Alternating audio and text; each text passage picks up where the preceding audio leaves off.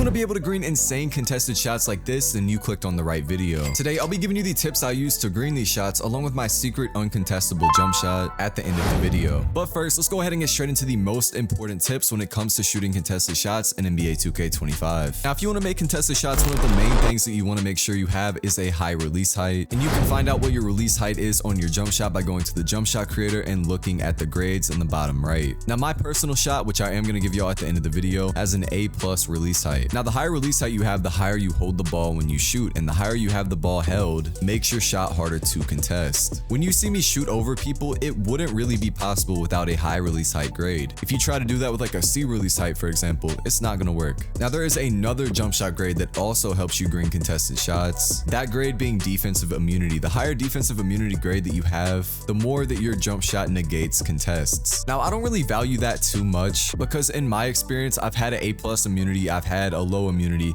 I don't really notice too much of a difference. Like if I have an F defensive immunity, of course I'm gonna get like contested way more, but I have a B+ on my jump shot. It feels the same to me as like an A+ would. So you don't really have to prioritize defensive immunity, but you do have to prioritize release height. You need to make sure that is A+ if you want to make the most amount of contested shots. Next thing that plays a huge role in hitting contested shots is rhythm shooting or looking at your cue. Now, if you're comfortable with it, shoot with rhythm shooting. The reason I say this is because rhythm shooting gives you a huge boost in your green window. It's gonna help you hit those contested shots at a way higher rate. Now, if you're not comfortable with rhythm shooting, which is fine because majority of players are not, then I'd recommend looking at your cue when shooting. In other words, you want to find something to look at in your shot that tells you when to release it, opposed to shooting off muscle memory. When you do this, it's really going to help with contested shots. It actually lets you look at your shot to determine how you want to release it, because if you just go off muscle memory, you might get a speed up or a slowdown. You're going off muscle memory, you're not going to be able to time that. Now, in my personal jump shot, which I am going to give y'all at the end of the video, what I look for is the ball to be at my player's forehead. High risk reward is another thing you want to prioritize for shooting contested. High risk is a setting that gives you the biggest green window possible, but in return it takes away the ability to make whites. Now, I know some of y'all watching this video like to use low and normal risk because y'all like making whites, but if you use either of those two settings, shooting contested is going to be near impossible. Instead, you want to get the highest green window possible, which high risk reward is going to give you. Hot zones are another thing that are vital to shooting contested shots at a high level. Hot zones are going to raise your green window the higher you have them. Now, you want to make sure you have either hot or lethal zones. Hot are the second best and lethal is the best. That's what you want to aim for. Now, you can only have 3 lethal zones at one time. If you want to know how to get your hot zones the fastest, then go ahead and click the top right. The badges Deadeye and Mini Marksman are also very important when it comes to greening contested shots in NBA 2K25. Now, of course, all shooting badges are going to help you green contested, but those two are actually made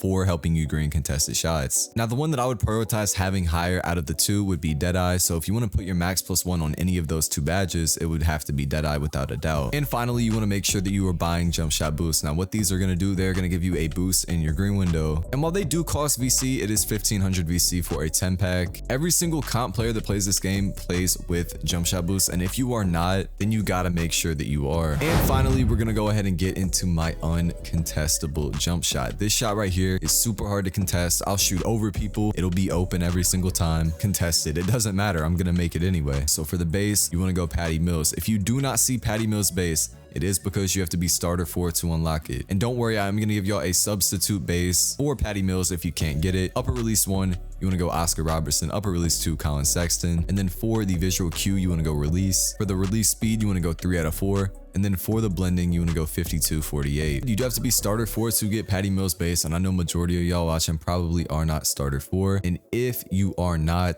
then I'd recommend using Cameron Thomas. Cameron Thomas base is really the next best thing. It is a really, really good base and would be the best base in the game, in my opinion, if it wasn't for Patty Mills base. Make sure you subscribe to the channel if this video helped you out, but that's pretty much it, and I'm gonna catch y'all in the next video.